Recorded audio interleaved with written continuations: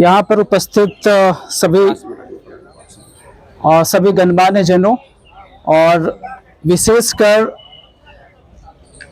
जो हमारे दो यहाँ पे मुद्दा है, देश की बेटी को न्याय देने की बात और महाबोधि मंदिर से जो गैर बौद्धों का जो कब्जा है उसको हटाने की बात। बहुत सारे हमसे पहले के जो वक्ता हैं बहुत कुछ वो कह चुके हैं, मैं उनसे सहमति रखता हूँ। मैं इसमें और जोड़ना चाहूँगा कि कल अंतर्राष्ट्रीय महिला दिवस था। कल भारत सरकार, उत्तर प्रदेश सरकार, बिहार सरकार, जहाँ की लड़की थी, हर कोई महिला सशक्तिकरण की बात कर रहा था। लेकिन हम देखते हैं कि जब महिलाओं के अत्याचार की बात आती है तो उन्हें न्याय नहीं मिलता है। बात महिला चाहे दिल्ली में हो, चाहे महिला उत्तर प्रदेश में हो, चाहे महिला बिहार में हो, यहाँ तक कि वो महिला चाहे प्रधानमंत्री नरेंद्र मोदी के लोकसभा क्षेत्र से आती हो। एक बहुत बड़ी बात कही जा रही है कि एक लड़की बिहार से बनारस पढ़ने जाती है, उत्तर प्रदेश पढ़ने जाती है और उसके पिता जब हत्या हो जाती है, ना वहां कोई प्रशासन कुछ देखभाल करता है, ना उनके पिता की जो रिक्वेस्ट है कम से कम डेड बॉडी दे दो, उसकी उनकी बात मानी जाती है। मैंने कुछ फोटोज देखे थे और वो अपने आप बयान कर रही है कि वो आत्महत्या नहीं था जैसा कि कहा जा रहा है। आत्महत्या का एक सिचुएशन होता है, बिल्कुल वैसा नहीं लगा था। बिल्कुल सीधी सीधी बात है कि मर्डर किया गया और इसको आत्महत्या दिखाने की कोशिश की गई है। यह उस बात से प्रूफ होता है कि पुलिस बार बार उसको जो एविडेंस है उसको मिटाने की कोशिश की, एविडेंस जो है उसको ठीक से नहीं रखने की कोशिश की। यहां तक कि डॉक्टरी जो पोस्टमार्टम जो है वो भी जल्दीबाजी में कर दिया गया, अंतिम संस्कार भी जल्दीबाजी में कर दिया गया, जैसा कि अभी उनके पिता खुद कह रहे थे। सवाल यह है कि ऐसा हो ही क्यों रहा है। बात सिर्फ स्नेहा की नहीं है। हमसे पूर्व के जो वक्ता थे उन्होंने कहा कि स्नेहा सिर्फ एक पिता विशेष की बेटी नहीं थी, वो पूरे समाज की बेटी थी।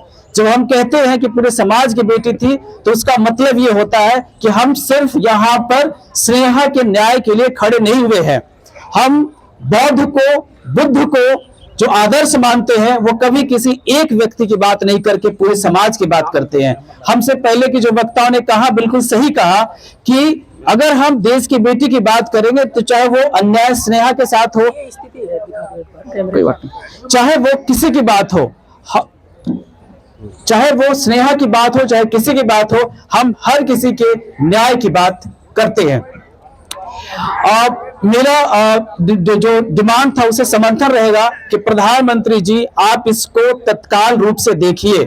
मामला बिहार का है और हम सब जानते हैं कि सरकार सिर्फ एक ही चीज से डरती है और वो है चुनाव, वो है वोट। अक्टूबर में लगभग बिहार का नोटिफिकेशन आ जाएगा विधानसभा चुनाव का। यहाँ पर उपस्थित सभी साथियों से मैं अनुरोध करना चाहूंगा कि सोशल मीडिया या फिर हमारे जो मीडिया विवेंद्र जी है, बाकी जो लोग भी हैं, उनके माध्यम से लोग बिहार विधानसभा चुनाव में इस मामले को जोर शोर से उठाया जाए ताकि उत्तर प्रदेश में इसका असर हो।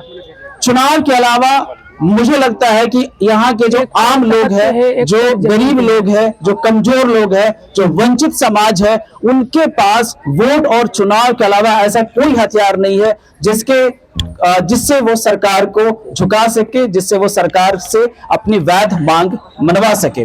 अब मैं बौद्ध मंदिर के बारे में कुछ कहना चाहूंगा। भारत का संविधान सबको धार्मिक आजादी देती है, चाहे वो किसी भी धर्म का हो, चाहे वो किसी भी मत को मानने वाला हो। लेकिन हमने ऐसा नहीं देखा है, अगर आपने देखा हो तो बताइए।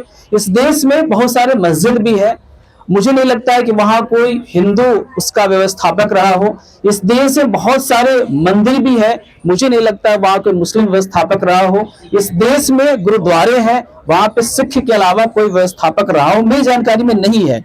इसी तरीके से जो बौद्ध मंदिर है, बात सिर्फ बोध गया कि नहीं हो रही है। अगर आप पूरे देश में जाएंगे तो पूरे देश में बौद्ध मंदिरों पर जबरन कब्जा कर दिया गया है और उसे जबरन जो है मंदिर या किसी और देवी देवता का कहा गया है।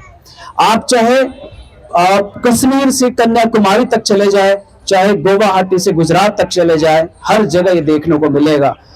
और प्रोफेसर राजेंद्र प्रसाद जो सासाराम से हैं, बार बार लिखते ही रहते हैं, बाकी अन्य लोग भी लिखते रहते हैं कि आप इस देश की जमीन पर कहीं भी खुदाई कर लीजिए, आपको बुद्ध के ही अवशेष मिलेंगे, क्योंकि बुद्ध इस देश के रग रग में बसे हैं, इस देश के कण कण में बसे हैं। साथ ही बुद्ध जो विचारधारा है वो इस देश की विचारधारा है।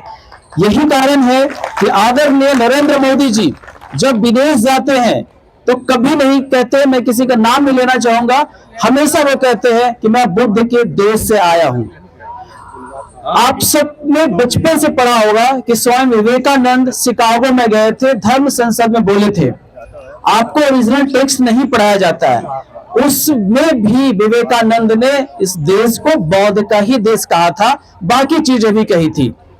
यही कारण है कि जब वो वापस आते हैं तो उन्हें पंडे जो लोग हैं उन्हें अपने साथ बैठाने से इनकार कर देते हैं। वो जातीय भेदभाव के शिकार जरूर हुए थे, लेकिन विवेकानंद ने कभी उस तरीके से रिटेलिएट नहीं किया, कभी प्रतिरोध नहीं किया। और बहुत सारे वक्ता हैं जो बोलना चाहेंगे, मैं अपनी बात अब समाप्त करना चाहूंगा, लेकिन उससे पहले मैं एक चीज जरूर कहना चाहूंगा कि न्याय, मैं भी एक केस लड़ रहा हूं, मैं वहां चूंकि विषय नहीं इसलिए मैं नहीं बोलना चाहूंगा। इस देश में न्याय भीख से नहीं मिलता है। अगर ऐसा मिलना होता तो हर किसी को न्याय मिल गया होता। पूरे देश में लाखों केस पेंडिंग है, उत्तर प्रदेश में लाखों केस पेंडिंग है, बिहार में लाखों केस पेंडिंग है। उत्तर प्रदेश बिहार की बात इसलिए कर रहा हूं क्योंकि बिहार में वो बेटी जन्मी थी और जिसकी हत्या उत्तर प्रदेश में हुई।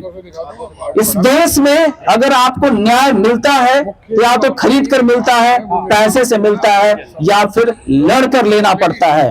और वो लड़कर तभी आप ले पाएंगे जब सामने वाला को इस बात का एहसास होगा कि आप में रिटेलिएशन की कैपेसिटी है, अर्थात आप में प्रतिशोध लेने की कैपेसिटी है, आप में बदला लेने की कैपेसिटी है।